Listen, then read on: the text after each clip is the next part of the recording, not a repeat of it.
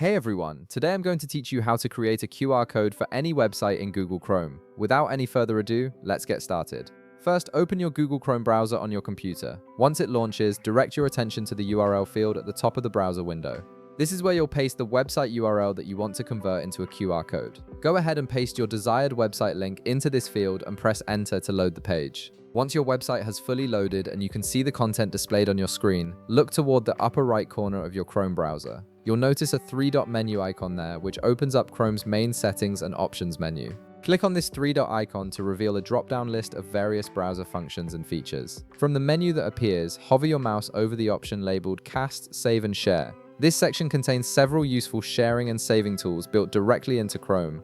When you hover over it, a submenu will expand to the side, showing you additional options for sharing your current web page. In that submenu, you'll see an option that says Create a QR code. Go ahead and click on it. This feature allows you to instantly generate a scannable QR code for whatever web page you currently have open, making it incredibly convenient for sharing links without having to type them out. After clicking, a small window will pop up displaying your newly generated QR code. At the top of this window, you'll see a text field where you can input a custom name for your QR code.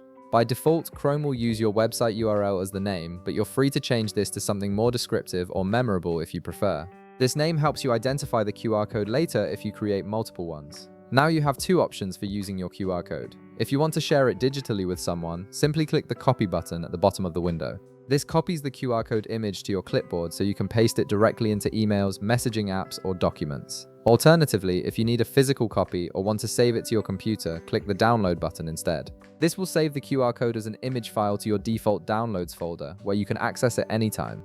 And that's it! You've successfully created a QR code for your website using Google Chrome. If this video helped you out, be sure to leave a like, subscribe, and I'll see you in the next one.